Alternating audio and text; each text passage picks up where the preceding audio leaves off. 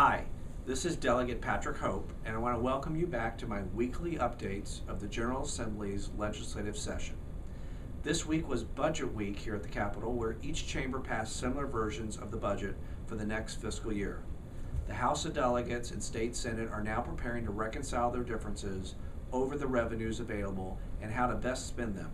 Neither chamber's budget is drastically different from what Governor Terry McAuliffe proposed in December, which we're in the second year of the two-year $105 billion spending plan that we adopted in 2016. Unexpected drops in the revenue last year led to a shortfall of about $1.2 billion. So the negotiations are over how to close that budget shortfall without causing too much pain.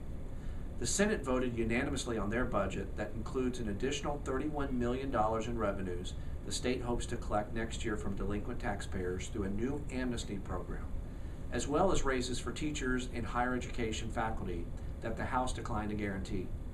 Meanwhile, the House voted 98-2 for a budget that doesn't count on extra projected amnesty revenue, but provides larger pots of money for local school divisions and, depending on how much they need it, colleges and universities to spend on their own priorities, including raises.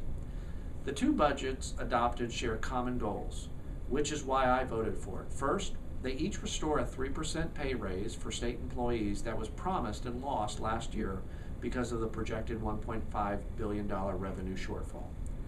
They boosted the starting pay for salaries for state police.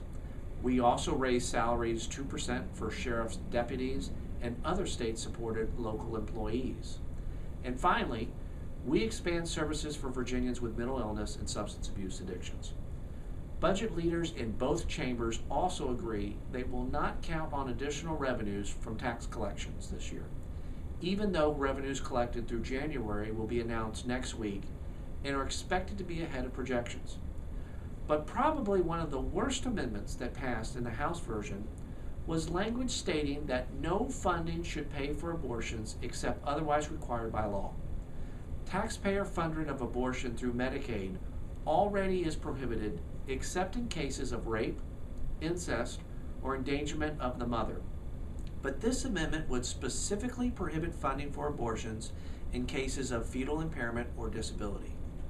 If you have ever known anyone who's been forced to make this kind of decision, this is a mean-spirited amendment. I'm hopeful the budget conferees will reject this cruel amendment. Now, going forward, each budget now goes to the opposite chamber, and we will appoint conferees to hammer out a final version that requires the approval of both the House and the Senate before it can be sent to the governor. Well, that's all for this week. Please come back next week for updates on progress on the budget and other legislation. In the meantime, please contact my office through my website at hopeforvirginia.org. Thanks for watching, and we'll see you back here next week.